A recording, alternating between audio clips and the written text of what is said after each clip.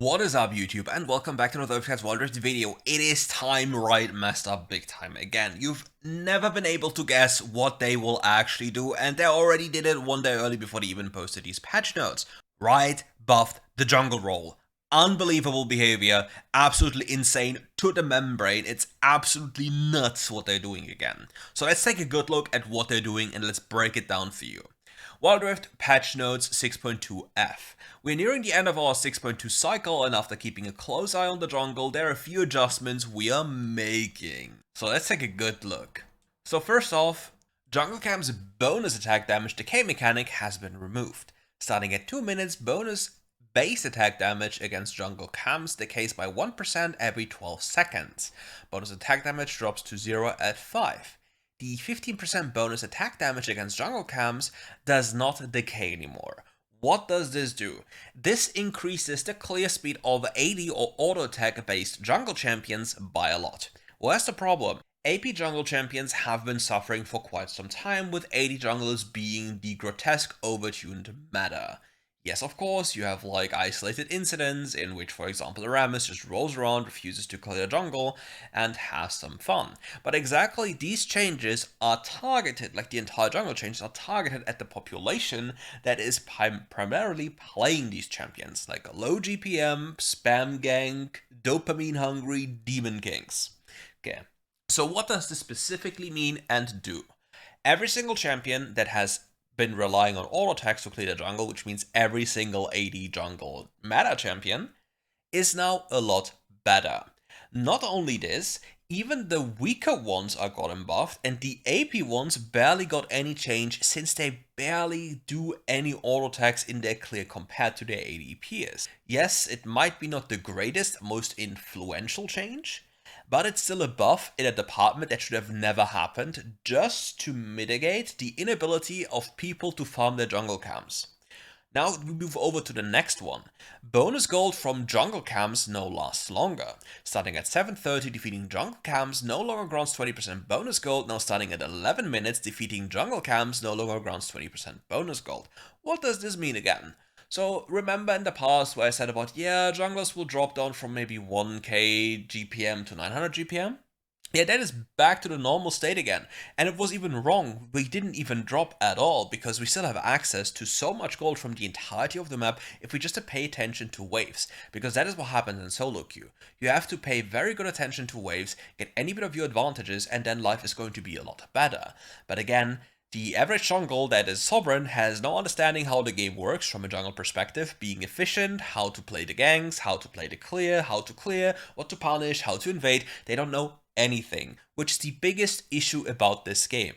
The vast majority of roles, and I'm talking about 99.9% of the player base on these roles, even at the highest elo, has no idea what their role even does, on a real specific level, how it functions, how it can be played, and what to look out for. And every single role is the same, and usually you have the biggest issues with junglers, as well as with enchanter supports. The reason here is quite simple. If an enchanter support messes up, you barely notice it because they are not the reason why you lose or win, because you don't notice them at all because they simply do not play. They press their silly little buttons, they shine, and everyone is happy. But if they have to do something in order to win, they'll most likely fumble brutally, and they always build anything tanky so they can just be absolute goblins. Now, the bigger issue here is junglers. A jungler that makes a bad play, you will immediately feel it. You will feel an AFK jungle. You will feel the jungle problem from that department. He will neither farm nor gank. He will not do any objective nor punish anyone for anything. He will simply exist, and a neutral jungler on the same level as a neutral support has far more negative impact on the game than the support, because keep in mind, even if the enchanter champion stays AFK behind a carry and presses all their silly little buttons, they still have an immense impact thanks to the items as well as their champion's kit. If a jungler does this, it is literally unplayable, or the game becomes 15 times harder. So as a consequence, Riot is obviously buffing the jungle role because nobody wants to play the jungle role, because everybody is flaming junglers all the time for no reason because they have no understanding what to do. At the same time, junglers have no idea what to do themselves because nobody teaches you properly, because the results you get are so mixed, because one game you do free camp gank, and you absolutely snowball. The other game you do want a free camp gank and you absolutely get obliterated.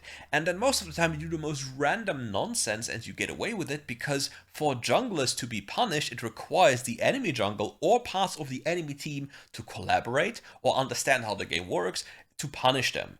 I've reviewed so many games in my lifetime, given so many coaching sessions in my lifetime. Let's say you as a jungle go for a gank after your first clear, or when your jungle is still up and the enemy has info about this one. The jungle dies. How many times does it happen that the enemy jungle will then invade you, take your entire stuff, and then kill you even on top because you summoner spells or ults? The amount of times that happens is cosmically low. Or why do people invade?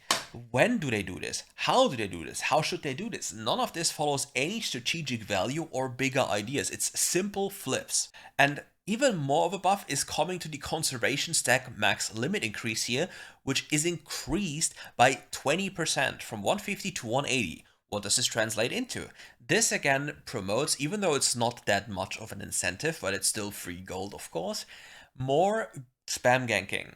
Simply for the fact because you get more gold by being active on the map and not farming your camps. At the same time, you should obviously farm your camps. But in the downtime when you can't get a camp, this gold will stack up, and then as the camps respawn, you get more gold than before.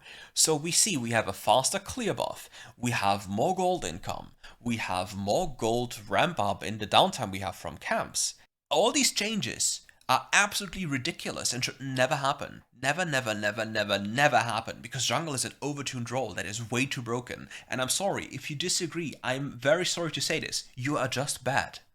And that is okay, because you can always learn. Jungle is, by fact, it's not an opinion, the most overtuned role, however, the most frustrating role at the same time, because anything you do will be scrutinized by absolute gremlins and troglodytes that have no idea what to do.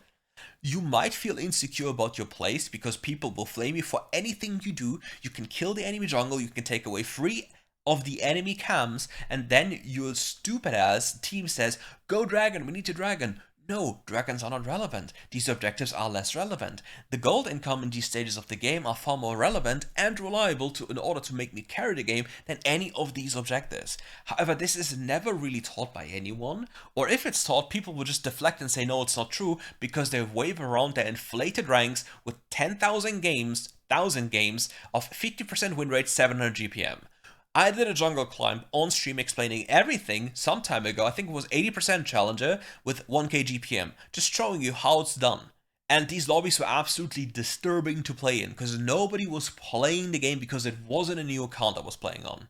However, now we move over to the most important change. It's actually the only step into the right direction. All these other changes on your screen, terrible.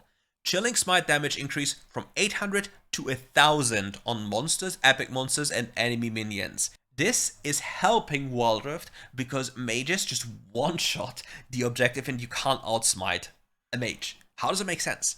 Why can't you outsmite a mage unless you play very specific champions? And then again, if your team is incapable of understanding that if you are the one tanking Nashor that you do 50% less damage, your secure combo from spell, because the spell itself will do 50% less damage, the ability and the auto attack, into smite is lower value. Of course the smite deals full damage, but again, you will then probably get outsmited by most of the mages on the roster. So if your support or tank isn't tanking, this will still be the case. To fix this, honestly, I think we should go to 1.2k in this game as well, similar to PC. Sitting at 1k just isn't enough from my perspective. We can even go through stages where it evolves from 800 to 1000, then to 1200 later on, but something needs to happen here in that regard. Okay, what do we have here? System inner turret. Bonus gold for destroying the first inner turret removed. Destroying the first inner turret on the Rift will no longer grant an additional 100 gold or extra 25 for each teammate. Does this really make that much of a difference? Not really, it's just pretty much whatever, kind of. I mean, it sucks if you, it really doesn't matter, because if, like, normally when you take this tower, you're so far ahead that this amount of gold barely matters. Of course, losing gold always sucks, but I don't think it's an influential change that is, like, big in scale. But now I want to talk about something really, really important. There's going to be a huge, a massive, humongous legendary queue tournament. We are inviting, or we are screening the best of the best players, and you're welcome to request access. And if you get in, there's a chance to win huge prizes. big amounts of money, exposure, anything you can think of. Just take a look at what is on the screen the entire time here and make sure to apply. It's super important that you apply, and then we try to get the best possible, most competitive tournament going in the highest ranks possible in WildRift. Yes, I know all the ranks are inflated, but we can at least try. And all of this has been sponsored by one person. And you can find this person in the description below. He has been a huge sponsor for a lot of tournaments. He's also sponsoring the 2v2 tournament, by the way. So keep that one in mind. He is keeping the community-sided tournaments alive in Europe. So big shout out to him. Follow his channel in the description below. Make sure to do this or I'll find you and talk to you about why Magi Soul Stealer is a bad item and you'll be very upset about it. Anyways, thank you for watching. I hope you enjoyed the video and we'll see each other for more content very soon. Take care. Bye bye.